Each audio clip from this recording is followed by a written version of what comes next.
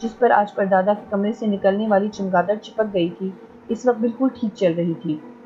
اس گھڑی کی سوئیاں 2 بجا رہی تھیں۔ اس پر بنے خانے میں 13 اگست 1932 کی تاریخ چمک رہی تھی۔ نامعلوم یہ کیسی گھڑی تھی جس میں ہندسوں کے علاوہ یہ تاریخ بھی یوں جھلملا رہی تھی جیسے ننھے منھے قمقمے جل بجھ رہے ہوں۔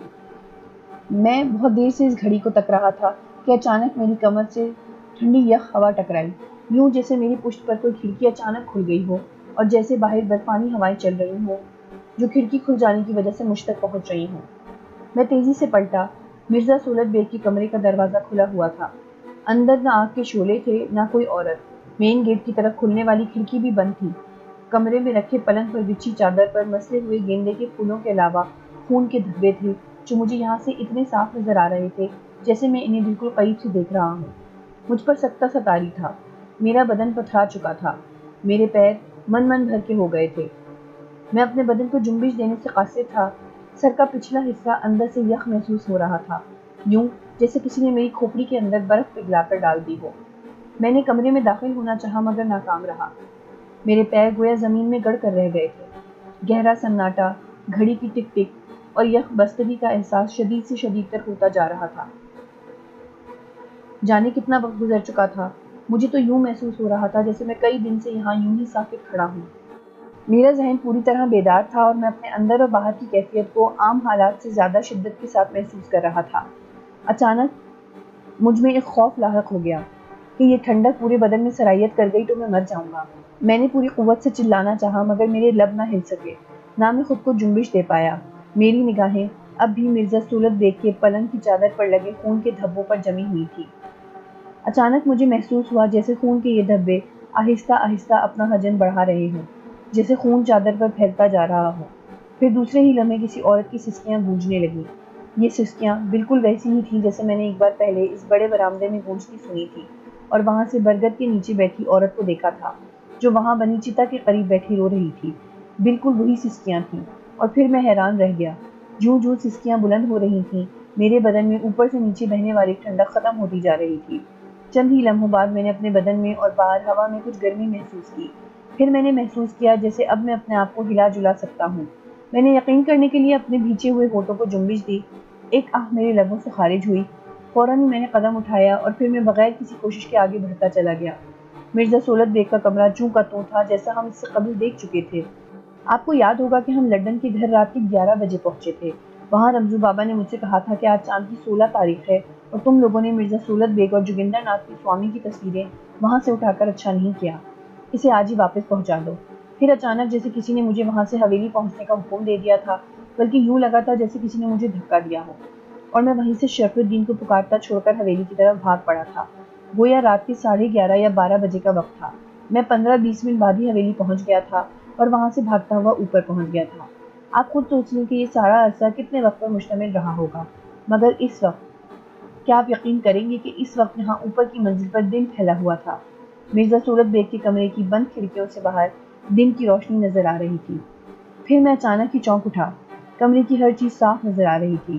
چاروں طرف سے بند ہونے کے باوجود کمرہ روشن تھا۔ اندر داخل ہو کر میں حیران رہ گیا۔ پیتل کا باریک جالی والا لیمپ زمین پر اوندا پڑا تھا۔ مرزا سولت بیگ اور جوگندر ناتھ سوامی جی کی جو تصاویر میں اور شرف الدین اماں کے کمرے میں چھوڑ گئے تھے وہ وہیں کارنرز پر رکھی تھیں، اور ان تصویروں پر خون کے دھبے پڑے تھے جن سے مرزا سولت بیگ کا چہرہ بڑا بھیانک لگ رہا تھا۔ ان تصاویر کے سامنے ایک بالشت بھر کا سفید دھات سے بنا مجسمہ پڑا تھا جس کا ایک سرا خون آلود تھا۔ خون بالکل تازہ تھا۔ نامعلوم میرے جی میں کیا آیا کہ میں نے سیدھے ہاتھ کی شہادت کی انگلی سے اس خون کو محسوس کرنا چاہا۔ خون میری انگلی کی پور پر لگ گیا، تازہ اور سرخ خون۔ میں نے گھبرا کر انگلی کارنر سے رگڑ ڈالی۔ خون تقریباً صاف ہو گیا۔ عورت کی سسکیوں کی آواز اب کمرے سے نہیں بلکہ کمرے کے باہر سے آ رہی تھی۔ میں نے اس آواز پر دھیان دیے بغیر گیندے کے پھولوں کو چھوا۔ وہ مسلے ہوئے پھول تھے۔ چادر پر پھیل جانے والا خون بھی تازہ اور سرخ تھا۔ پلنگ سے نیچے قالین پر دونوں تکیے بے ترتیبی سے پڑے تھے، جبکہ ہم آج ہی ہر چیز بڑے سلیقے سے رکھی دیکھ کر گئے تھے۔ میں گہری نظروں سے پورے کمرے کا جائزہ لے رہا تھا۔ اچانک مجھے یاد آیا کہ وہ مجسمہ جس کا سرا خون آلود ہے وہ ابا نے یا شاید اماں نے مجھے دیا تھا اور میں اسے اپنے کمرے میں چھپا چکا ہوں۔ اس کے ساتھ ہی وہ چاندی کا کڑا بھی ہے جس کے بارے میں ابا نے بتایا تھا کہ وہ انہیں دوچھتی سے ملا تھا اور شکنتلا کا تھا۔ اس کڑے کا خیال آتے ہی میں نے چاروں طرف نگاہیں دوڑائیں جب تصویریں یہاں پہنچ چکی تھیں، مجسمہ بھی یہیں تھا، تو اسے بھی یہیں ہونا چاہیے تھا، مگر وہ مجھے کہیں نظر نہیں آیا۔ میں الٹے قدموں چلتا ہوا کمرے سے باہر آ گیا۔ میرے باہر آتے ہی کمرے کا دروازہ ایک زوردار آواز کے ساتھ بند ہو گیا، جیسے کسی نے بند کیا ہو۔ میں ساکت رہ گیا۔ پہلے گہرے سناٹے کا اور پھر اچانک ہی بے پناہ شور کا احساس ہوا۔ گھڑی کی ٹک ٹک کا شور، عورت کی سسکیاں، دبی دبی کراہیں، سب گڈ مڈ ہو رہی تھیں اور بے پناہ شور محسوس ہو رہا تھا۔ میں نے پلٹ کر سیڑھیوں کی طرف دیکھا۔ دروازہ کھلا ہوا تھا اور تیز ہوا کی وجہ سے مسلسل ہل رہا تھا، جس کی وجہ سے چرچراہٹ کی آواز کانوں کو بہت ناگوار گزر رہی تھی۔ میں نے گھڑی کی طرف دیکھا، اس کے پنڈولم پر چمگادڑ چمٹی ہوئی تھی۔ پنڈولم ہل رہا تھا، ہندسے اور تاریخ ویسے ہی چمک رہی تھی اور گھڑی کی سوئیاں اب 2:20 کا اعلان کر رہی تھی۔ خوف کی لہر اچانک ہی میرے وجود میں دوڑی تھی۔ میں پلٹ کر دروازے کی طرف بھاگا اور تیزی سے سیڑھیاں اترتا چلا گیا۔ سیڑھیوں سے اترتے ہی میری نگاہ عین سامنے دو چھتی پر پڑی، جہاں ہم نے گیندے کے پھول اور دھوئیں کی لکیر دیکھی تھی۔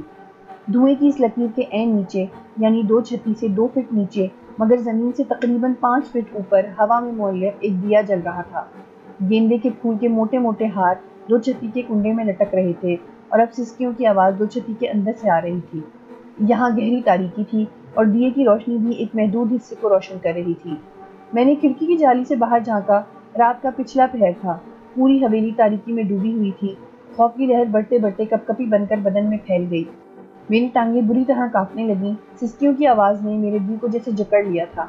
سیڑھیوں پر بے پناہ اندھیرا تھا، پھر بھی دیے کی روشنی میں مجھے سیڑھیوں کے کنارے پر لگی ریلنگ نظر آ رہی تھی۔ میں بھاگتا ہوا اس طرف بڑھا اور پھر تیزی سے سیڑھیاں اترنے لگا۔ میری پشت پر سسکیوں کی آواز تیز تر ہوتی جا رہی تھی۔ یوں لگ رہا تھا جیسے شکنتلا میرے پیچھے آ رہی ہو، مجھے پکار رہی ہو، روک رہی ہو، اور میں بھاگتا ہوا نیچے اتر رہا تھا۔ یہ احساس ہو رہا تھا جیسے میں لمحہ بھر کو بھی رکا تو شکنتلا مجھے پکڑ لے گی۔ میں دوسری منزل سے پہلی منزل کی سیڑھیوں تک پہنچ گیا اور اسی لمحے یوں لگا جیسے کسی نے پیچھے سے میرے گریبان کو پکڑنے کی کوشش کی ہو۔ میری گردن میں جھٹکا لگا اور میں اپنا توازن کھو بیٹھا۔ سیڑھیوں سے نیچے کی طرف گرتے ہوئے مجھے صرف ایک ہی احساس تھا کہ جیسے میں لوہے کی سیڑھیوں سے گر رہا ہوں اور میرے بدن کی ہڈی ہڈی چٹکتی جا رہی ہے۔ جس جگہ میں پہنچ چکا تھا وہاں سے نیچے سیڑھیاں زیادہ نہیں تھیں، پھر بھی میں کافی دیر مسلسل گرتا رہا، جیسے ہزاروں سیڑھیوں سے گر رہا ہوں، اور پھر مجھے ہوش نہ رہا۔ ہوش آیا تو میں اماں کے کمرے میں تھا۔ ہوش آتے ہی میں ایک جھٹکے سے اٹھ بیٹھا۔ یہ دیکھ کر حیران رہ گیا کہ میں اماں کی مسیری پر لیٹا تھا۔ میرے دونوں بازوؤں پر پٹیاں بندھی ہوئی تھیں۔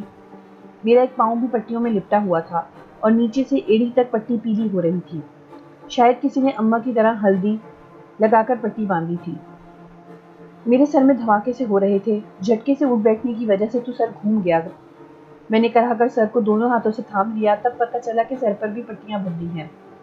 پورا بدن دکھ تو رہا تھا مگر ان پر ایسی چوٹیں نہ تھیں۔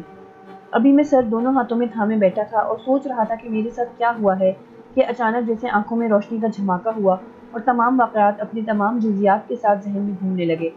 میں نے باوجود شدید تکلیف کے چاروں طرف سر گھما کر دیکھا۔ میں کمرے میں تنہا تھا۔ باہر دن کی روشنی پھیلی ہوئی تھی۔ اماں کی مسحری کے سرہانے لکڑی کی تپائی رکھی تھی، اس پر کچھ دوائیں، ایک چائے کا کپ، روئی، پٹی اور پانی کا گلاس رکھا ہوا تھا۔ اٹھنے کی مجھ میں ہمت نہ تھی کہ باہر جا کر دیکھتا کہ میرے ساتھ کون ہے، کس نے مجھے یہاں لٹایا ہے، کس نے مرہم پٹی کی اور کون ہے جو میری اس قدر تندہی سے خدمت کر رہا ہے۔ بیٹھے رہنا بھی محال ہو گیا تو میں بستر پر بے دم سا گر گیا۔ میں نے ایک بار پھر ذہن کو ٹٹولا۔ مجھے یاد آ گیا کہ رات سیڑھیوں سے گرتے ہوئے میں بے ہوش ہو گیا تھا۔ اس وقت میں نے شکنتلا کے سوا وہاں کسی اور کی موجودگی قطعی محسوس نہیں کی تھی۔ صرف شکنتلا کی سسکیاں تھیں جو میرا تعاقب کر رہی تھیں یا میرے پیروں سے زنجیر کی طرح لپٹ رہی تھیں۔ پھر یہ کون ہو سکتا ہے؟ کیا یہ سب کچھ شکنتلا نے خود کیا ہے؟ یہ سوالات مجھے بے چین کر رہے تھے۔ خاندان والوں کی بلکہ میری بھی توقعات کے خلاف اس کا رویہ بھی حیران کر رہا تھا۔ نامعلوم کیوں وہ مجھ پر مہربان تھی۔ میرے ساتھ اب تک سوائے ان سیڑھیوں سے گرنے کے ایسا کچھ بھی نہیں ہوا تھا جسے میں شکنتلا کے انتقام کی شروعات سمجھتا۔ میں جانے کیا کیا سوچ رہا تھا۔ مجھے یہ فکر بھی تھی کہ جانے اماں کیا سوچ رہی ہوں گی۔ وہ میرے لیے بہت پریشان ہوں گی۔ چچا اور تایا ابو نے ان کے ساتھ کیا رویہ اختیار کیا ہوگا۔ بالخصوص میں چچا کی طرف سے پریشان تھا۔ مجھے ڈر تھا کہ وہ پھر ایسی کوئی چال چلنے کی کوشش کریں گے جس سے جائیداد ان کے ہاتھ آ سکے۔ لیکن پھر بھی مجھے اتنا اطمینان ضرور تھا کہ وہ اماں، جہانی آپا اور شنو آپا کو کوئی نقصان نہیں پہنچائیں گے۔ لیکن بہرحال وہ انہیں پریشان تو کر ہی سکتے تھے، اور اب ساری بات جان جانے کے بعد اماں کا پریشان ہونا بھی وجہ تھا۔ میں جلد از جلد ان تک پہنچانا چاہتا تھا۔ اسی وقت مجھے کمرے سے باہر کسی کے قدموں کی آہٹ سنائی دی۔ میں نے آہستہ سے سر گھما کر دروازے کی طرف دیکھا۔ وہ شرف الدین تھا۔ اس کے ہاتھ میں پانی کی سراہی تھی۔ اس نے سراہی کے کمرے کے باہر سائے میں رکھ دی، پیتل کا گلاس اس سراہی کے منہ پر اندھایا اور پلٹ کر میری طرف دیکھا۔ مجھے ہوش میں دیکھ کر وہ میری طرف لپکا۔ وقار الحسن، کیسے ہو تم؟ اب کیسا محسوس کر رہے ہو؟ میں مسکرایا اور میں نے اٹھنے کی کوشش کی۔ اس نے تکیے اٹھا کر مسحری کے سرانے لمبائی میں ٹکا دیے۔ میں اس کے سہارے سے اٹھ بیٹھا۔ اب ٹھیک ہوں، میں نے آہستہ سے کہا۔ تم یہاں کب آئے؟ کیا دروازہ کھلا ہوا تھا؟ میں نے پوچھا۔ کیا تمہاری طبیعت اب بالکل ٹھیک ہے؟ میرا مطلب کیفیت سے ہے، ورنہ تمہارے جسم پر تو کافی چوٹیں ہیں۔ وہ اس وقت سنجیدہ اور پریشان تھا۔ ہاں مگر میں رات تمہارے ہی پیچھے تو تھا۔ تمہیں ہوا کیا تھا؟ اتنی آوازیں دی مگر تم نے پلٹ کر دیکھا ہی نہیں، بس بھاگتے ہی چلے گئے۔ میں یہاں پہنچا تو تم کہیں بھی نہیں تھے۔ لڈن اور میں کافی دیر تمہیں تلاش کرتے رہے، پھر اچانک لڈن کو خیال آیا، وہ بڑے برآمدے کی طرف چلا گیا۔ میں تمہیں دوسری طرف تلاش کر رہا تھا۔ لڈن نے آواز دی اور وہاں پہنچنے پر تم سیڑھیوں کے نیچے بے ہوش پڑے مل گئے۔ پھر ہم تمہیں یہاں لے آئے۔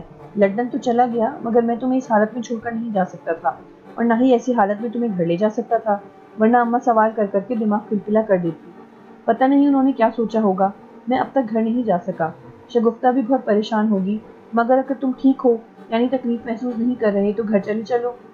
وہ بتا رہا تھا اور میں حیرت سے سن رہا تھا۔ جو کچھ اس نے بتایا تھا، اس سے تو ایسا لگتا تھا جیسے میں آیا ہوں اور وہ میرے پیچھے آئے ہیں، اور میں انہیں اسی وقت سیڑھیوں پر پڑا مل گیا، جبکہ جو کچھ یہاں آ کر میں نے دیکھا تھا اور جتنا وقت میں اوپر رہا تھا، وہ کم سے کم بھی گھنٹہ بھر تو ہوگا ہی۔ شکر ہے زیادہ گہرا کوئی زخم نہیں ہے، بس جگہ جگہ سے رگڑ لگنے کی وجہ سے کھال گھس گئی ہے، چھل گیا ہے، یا پیر میں شاید موچ آ گئی ہے، سوج گیا تھا۔ میں نے ہلدی اور تیل مل دیا ہے، ویسے بھی یار تیمارداری کا کوئی سابقہ تجربہ نہیں تھا، اس لیے بس کام چلا لیا۔ شرف الدین، تم میرے یہاں پہنچنے کی کتنی دیر بعد پہنچے تھے؟ میں نے سوال کیا۔ ایک آس تھی کہ شاید اس نے بھی کچھ دیکھا ہو اور یوں میری باتوں کا قائل ہو گیا ہو۔ میں تم سے شاید 20-25 قدم دور تھا، اب خود اندازہ کر لو۔ ویسے میں بھاگتا تو تم سے تیز ہوں، مگر رات تو یوں لگ رہا تھا جیسے تمہارے پیچھے جنگلی لگے ہوئے ہیں۔ تم سالانہ دوڑ میں حصہ کیوں نہیں لیتے؟ تو کیا 20-25 منٹ بعد ہی تم نے مجھے دیکھ لیا تھا؟ میں نے اس کی بات کو نظر انداز کرتے ہوئے پوچھا۔ 20-25 منٹ نہیں بھیا، میں نے 20-25 قدم کہے تھے۔ میرا خیال ہے کہ تم بھاگتے ہوئے سیڑھیوں پر چڑھے ہو، پورے زور میں دروازے سے ٹکرائے ہو اور گر گئے ہو۔ اتنی دیر میں ہم تم تک پہنچ گئے ہیں۔ کون سے دروازے سے؟ کیا برآمدے سے شروع ہونے والی سیڑھیوں کا دروازہ کھلا ہوا تھا؟ میرے سوال نے اسے چونکا دیا۔ اس نے لمحے بھر کو سوچتی ہوئی نگاہوں سے مجھے دیکھا، پھر بولا، نہیں، وہ دروازہ تو بند تھا۔ تو گویا میں برآمدے میں گیا، سیڑھیوں تک پہنچا اور وہیں گر کر بے ہوش ہو گیا۔ پھر یہ چوٹیں، یہ چھلی ہوئی کوہنیاں، یہ پیر کی مونچھ، کیا رات بھر تم نے نہیں سوچا کہ یہ سب کیسے ہو گیا؟ اب میں اٹھ بیٹھا تھا۔ اس کی آنکھوں میں سوچی گہری پرچائیوں نے میرے حوصلے بلند کر دیے تھے۔ میں اپنی تکلیف بھول کر پھر اسے قائل کرنے کی کوشش میں لگ گیا۔ ہاں بظاہر تو یہی ہوا ہے، اس کے لہجے میں شکستگی تھی۔ بظاہر تو یہی ہوا ہے، مگر کیا تم پوچھو گے نہیں کہ کیا ہوا تھا؟ میں نے اس کی طرف دیکھا اور اسی لمحے مجھے مرزا سولت بیگ اور جوگندر ناتھ سوامی جی کی وہ تصویریں یاد آ گئیں جو میں مرزا سولت بیگ کے کمرے میں دیکھ چکا تھا اور جس پر خون لگا ہوا تھا۔ اس کے ساتھ ہی میری نگاہ کارنرز کی طرف اٹھ گئی جہاں ہم نے وہ دونوں تصاویر رکھی تھی۔ تصویریں وہاں نہیں تھی۔ بے اختیار میں نے اپنے سیدھے ہاتھ کی شہادت کی انگلی دیکھی۔ اس کی پور پر آبلہ پڑا ہوا تھا، جیسے انگلی کسی انگارے سے چپک گئی ہو۔ آبلہ تازہ تھا اور اس میں اب بھی پانی بھرا تھا۔ میں نے حیرت سے اس آبلے کو دیکھا۔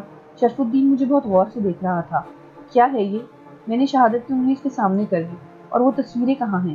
تب اس نے گہرا سانس لیا، اٹھا اور اماں کی مسحری کی پائنٹی کو گیا۔ پھر اس نے جھک کر کچھ الٹایا۔ جب وہ سیدھا ہوا تو اس کے ہاتھ میں وہی تصویر تھی اور مرزا سولت بیگ کے چہرے پر اب بھی خون کے دھبے پڑے ہوئے تھے، مگر اس وقت کے خون کے دھبے سیاہ تھے۔ میں بے دم ہو کر بستر پر ڈھہ گیا۔ شرف الدین نے تصویریں واپس دیوار سے ٹکا کر رکھ دی اور آہستہ آہستہ چلتا ہوا میرے قریب آ گیا۔ یہ تصویریں کہاں تھیں؟ میں نے دہیے سے پوچھا۔ جب میں تمہیں اٹھا کر یہاں لایا تو یہ تصویریں یہیں کارنرز پر رکھی تھیں، مگر اس حالت میں کہ مرزا سولت بیگ کا چہرہ خون آلود تھا۔ میری نظر اس پر پڑی تو میں خود بھی حیران ہوا تھا، لیکن وقار الحسن، یہ مت بھولو کہ تم سے یہ حویلی خالی کروانے کے لیے جو سازش کی گئی ہے وہ بڑی منظم ہے۔ تمہارے چچا تایا کو یہ علم تھا کہ تم ان کے جانے کے بعد دوسرے روز ہی علی گڑھ چلے جاؤ گے، مگر ایسا نہیں ہوا۔ آج چوتھا روز ہے اور تم یہیں ہو۔ ممکن ہے پروگرام کے مطابق انہوں نے کسی کو یہاں بھیجا ہو، اس نے تمہیں یہاں دیکھا، اور آج جب ہم یہ تصاویر نیچے لے آئے اور پھر گھر چلے گئے تو اسے موقع مل گیا، اس نے یہ حرکت کی، اور یہ بھی ممکن ہے کہ تمہیں بھی اسی نے زخمی کیا ہو۔ خدا کے لیے شرف الدین، خدا کے لیے میری باتوں پر یقین کرو۔ میں تڑپ کر اٹھ بیٹھا۔ پھر میں نے اسے اپنے ساتھ پیش ہونے والے تمام واقعات تفصیل سے بتائے وہ خاموشی سے سب کچھ سنتا رہا۔ اس کا چہرہ سپاٹ تھا، آنکھوں میں کوئی تاثر نہ تھا، یوں لگ رہا تھا جیسے میں اسے دکھائی دے رہا ہوں اور نہ میری باتیں اس کی سماعت تک پہنچ رہی ہیں۔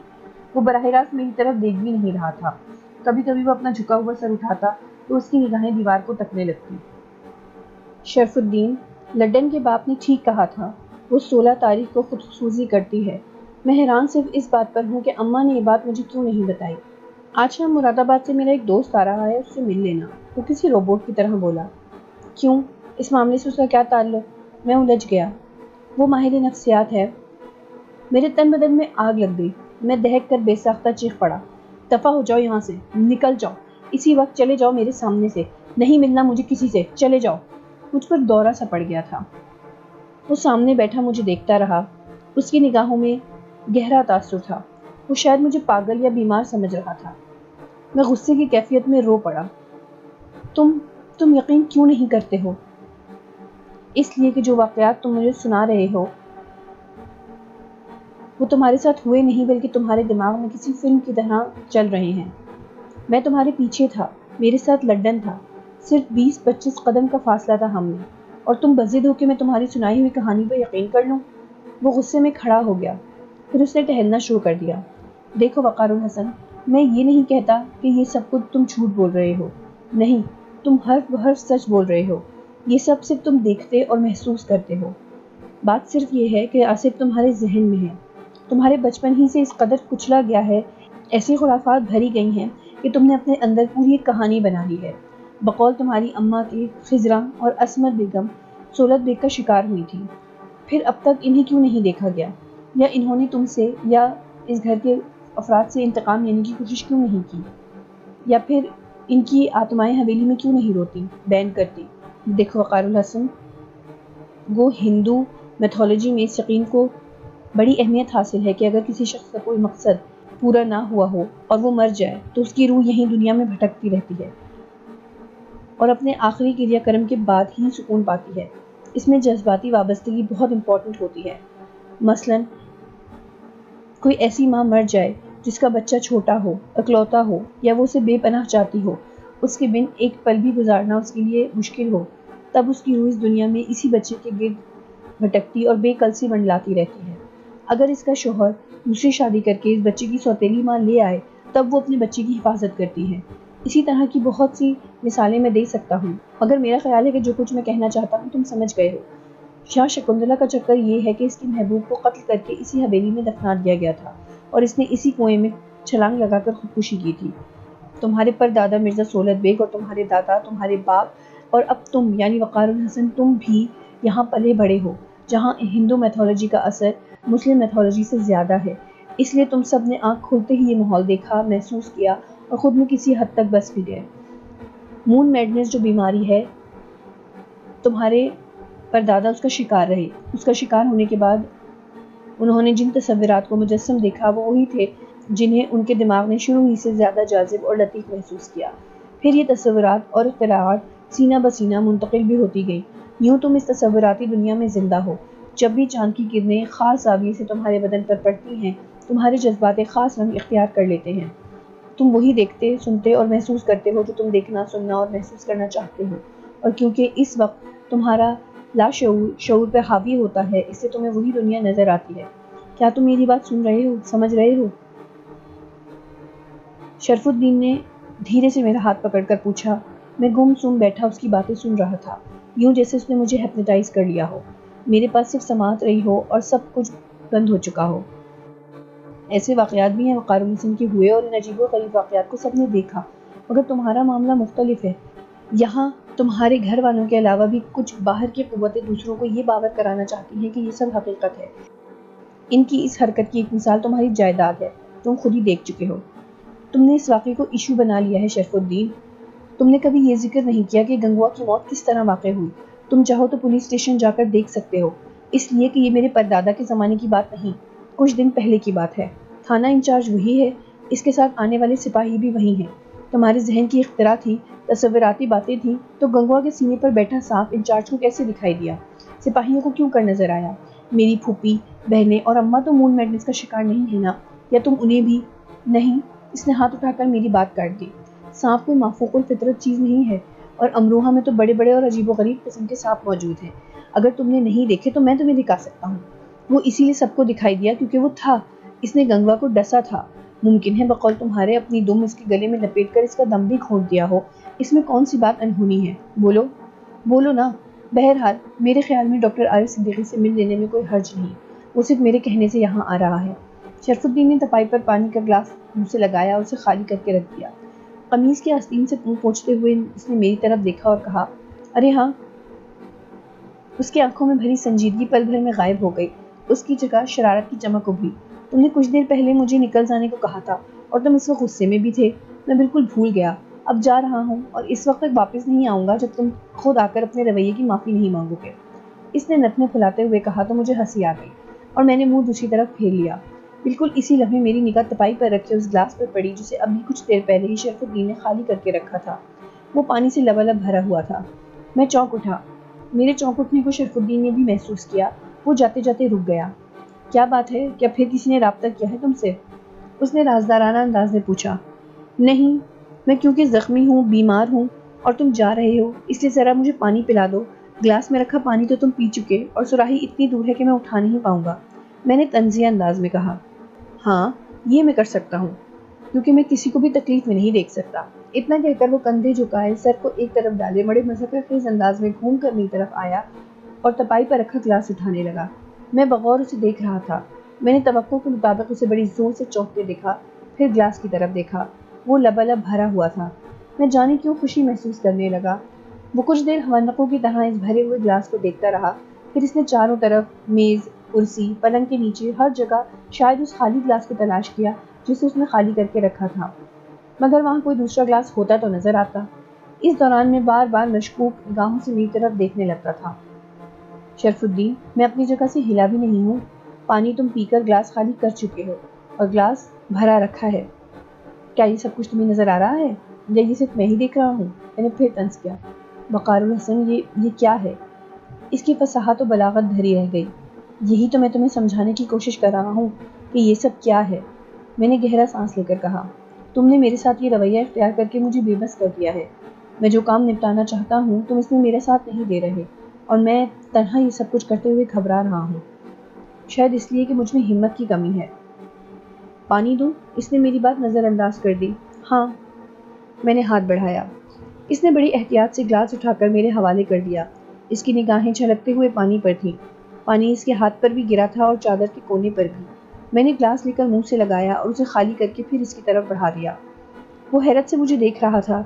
یار تم تو زبردست جادوگر ہو، یہ سب کہاں سے سیکھا تم نے؟ اچانک اس کے لہجے میں شوخی در آئی۔ پچھلے برس علی گڑھ یونیورسٹی میں ایک شخص آیا تھا، اس نے سر پر ایک لمبا سا ہیٹ پہنا ہوا تھا۔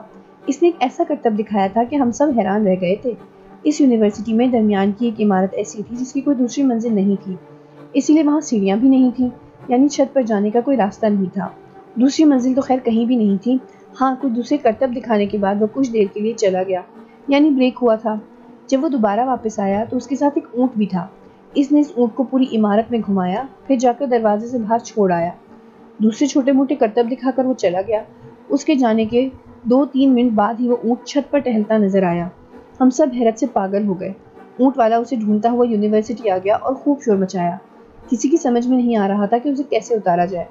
پھر ایک لڑکے کو ترکیب سوجھی، اس نے ہاسٹل کے تمام لڑکوں کے بستر لا کر سیڑھیوں کی طرف رکھے، کچھ بستر باہر محلے سے منگوائے، پھر اس پر چڑھا۔ اس کے ساتھ کچھ دوسرے لڑکے بھی تھے، یعنی انہی بستروں کے ذریعے اونٹ کو نیچے اتارا گیا۔ وہ بول رہا تھا اور میرا جی چاہ رہا تھا کہ میں اپنے کپڑے پھاڑ کر چیختا ہوا حویلی سے باہر نکل جاؤں۔ میں نے دانت کچکچا کر اسے دیکھا، وہ تیزی سے دروازے کی طرف لپکا۔ میں پھر آؤں گا، اس نے باہر نکلتے ہوئے آواز لگائی۔ اماں پریشان ہوں گی، کھانا بھی لیتا آؤں گا۔ یہ کہتا ہوا وہ چلا گیا۔ میرے کن پٹیوں میں دھماکے ہو رہے تھے۔ میں تکیے ٹھیک کیے اور لیٹ گیا۔ مجھے ان واقعات سے زیادہ شرف الدین نے پریشان کیا ہوا تھا۔ اب میں نے سوچا کہ جو کچھ بھی کرنا ہے مجھے تنہا ہی کرنا ہے۔ اس نے میرے اعصاب شل کر دیے تھے۔ میں نے فیصلہ کر لیا کہ آج رات یہاں گزار کر اگلے روز مراد آباد روانہ ہو جاؤں گا اور بہنوں سے مل کر اگلے ہی روز جے پور کی ٹرین پکڑ لوں گا۔ جے پور کا خیال آتے ہی میری نگاہ کارنرز پر پڑی جو خالی تھی۔ تصویریں تو اماں کی پائنتی کی طرف دیوار سے رکھی تھیں، ان کی پشت میری طرف تھی۔ شاید خون کے ان دھبوں کی وجہ سے شرف الدین نے انہیں سامنے کے رخ پر نہیں رکھا تھا۔ میں دھیرے سے اٹھا، میرا بایاں ہاتھ بہت تکلیف دے رہا تھا۔ اسی طرح پاؤں میں موچ تھی، وہ سوج کر کپا بن چکا تھا۔ میں نے آہستہ سے اپنی ٹانگیں دونوں ہاتھوں میں پکڑ کر پٹی کی طرف سرکائی اور اٹھ کر وہ تصویریں اٹھا لی۔ یہ دیکھ کر میں حیران ہو گیا کہ ان تصویروں پر کوئی دھبا نہیں تھا، وہ ویسی ہی صاف تھی جیسے کل ہم اسے اٹھا کر نیچے لائے تھے۔ میں نے تصویریں اسی پوزیشن میں واپس رکھ دی۔ میں چاہتا تھا کہ شرف الدین انہیں وہاں سے خود اٹھائے، ورنہ وہ کہہ دیتا کہ میں نے کسی طرح انہیں صاف کر دیا ہے۔ تصویریں واپس رکھ کر میں پھر لیٹ گیا۔ میری آنکھیں بند کرتے ہی برات والا پورا واقعہ میری آنکھوں کے سامنے گھوم گیا۔ مرزا سولت بیگ کا کمرہ، چلتی ہوئی گھڑی، بستر پر خون کے دھبے اور گیندے کے مسلے ہوئے پھول، دو چھتی پر کنڈے میں لٹکے پھولوں کا ہار، ہوا میں معلق جلتا ہوا دیا، ایک ایک چیز میری نگاہوں کے سامنے تھی۔ حیرت کی بات تو یہ تھی کہ اب میرے اندر کوئی خوف نہ تھا۔ میں یہاں اس حویلی میں تنہا تھا، عجیب ہو کا سا عالم تھا۔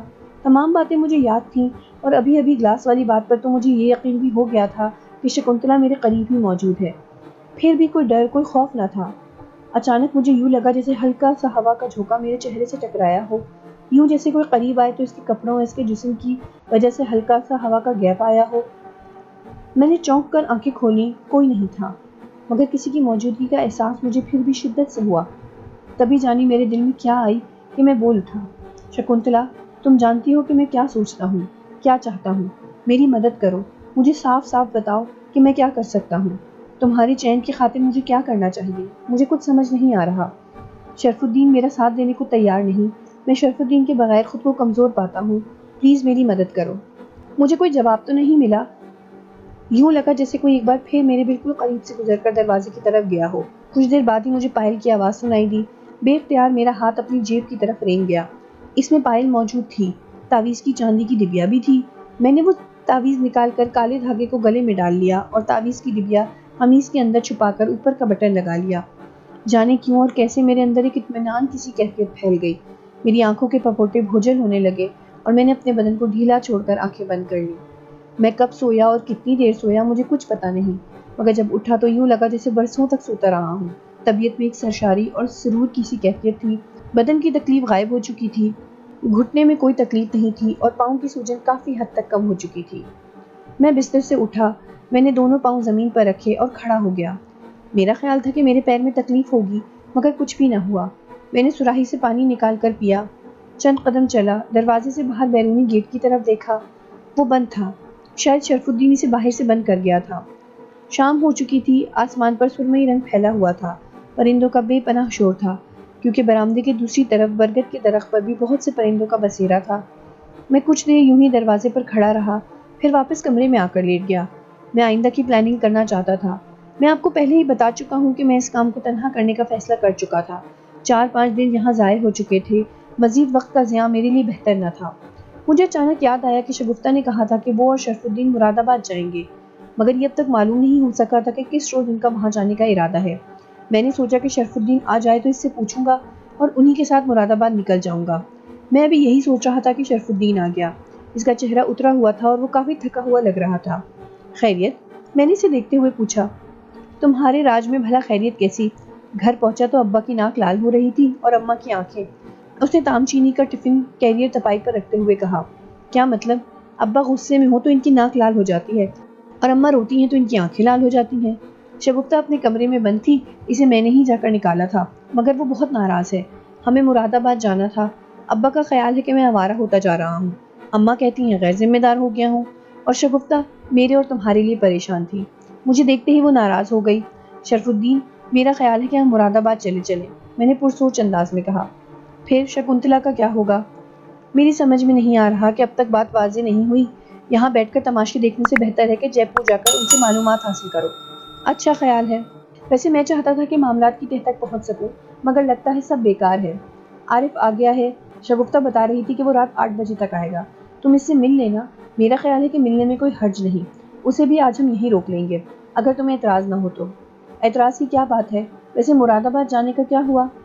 ابا نے حکم دیا ہے کہ اگر میں کل شگفتہ کو لے کر مراد آباد روانہ نہ ہوا تو وہ میرے ناخلف ہونے کا سرٹیفکیٹ آف نامے کے ساتھ اخبار کو بھجوا دیں گے، لہٰذا میں ہر صورت میں کل شام والی گاڑی سے روانہ ہو جاؤں گا۔ میں بھی تمہارے ساتھ چلوں گا، میں نے اپنا فیصلہ سنایا۔ ٹھیک ہے، پھر تو آج اپنی تیاری کر لینا، کھانا نکالو یار، مجھے تو بہت بھوک لگی ہے، کل رات سے کچھ نہیں کھایا۔ ہاں بھوک تو مجھے بھی ہے، میں نے اٹھتے ہوئے کہا، میں منہ ہاتھ دھونا چاہتا تھا۔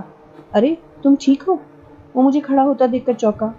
ہاں، اور میرا خیال ہے کہ پہلے تم یہ ساری پٹیاں کھول دو، میں الجھن محسوس کر رہا ہوں۔ یہ سن کر اس نے میری دونوں کوہنیوں سے پٹیاں کھولی۔ پٹیاں کھولتے ہی شرف الدین کا منہ تو کھلا، خود میرا حیرت سے منہ کھلا رہ گیا، اس لیے کہ وہاں کسی قسم کا کوئی نشان نہیں تھا۔ شرف الدین چند لمحے حیرت سے میری کوہنی کو الٹ پلٹ کر دیکھتا رہا، پھر اس نے جلدی سے میرے سر پر بندھی پٹی کھول کر دیکھی۔ میں نہیں جانتا تھا کہ میرے سر پر کہاں اور کیسا زخم آیا تھا، نہ مجھے کچھ نظر آ رہا تھا۔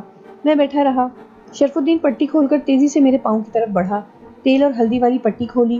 پاؤں بالکل ٹھیک تھا، حتیٰ کہ اس پر ہلدی کا نشان تک نہ تھا، جبکہ شرف الدین نے بڑی فراخ دلی سے ہلدی اور تیل ملا ہوگا، کیونکہ تقریباً تمام پٹی تیل اور ہلدی میں جکڑی ہوئی تھی۔ یہ سب میں نے جادو کیا تھا، میں نے طنزیہ انداز میں کہا۔ میں تمہیں کسی بھی وقت خرگوش بنا سکتا ہوں، ذرا بچ کر رہنا۔ میں مسکرایا۔ اس نے سر اٹھا کر مجھے دیکھا، اس کی آنکھوں میں بے یقینی تھی۔ چلو ہاتھ دھو لو تاکہ کھانا کھایا جا سکے، باورچی خانے سے پلیٹیں لے آئیں گے۔ میں یہ کہتے ہوئے اٹھ کھڑا ہوا۔ ہم دونوں ایک دوسرے کے پیچھے چلتے ہوئے باہر نکل آئے۔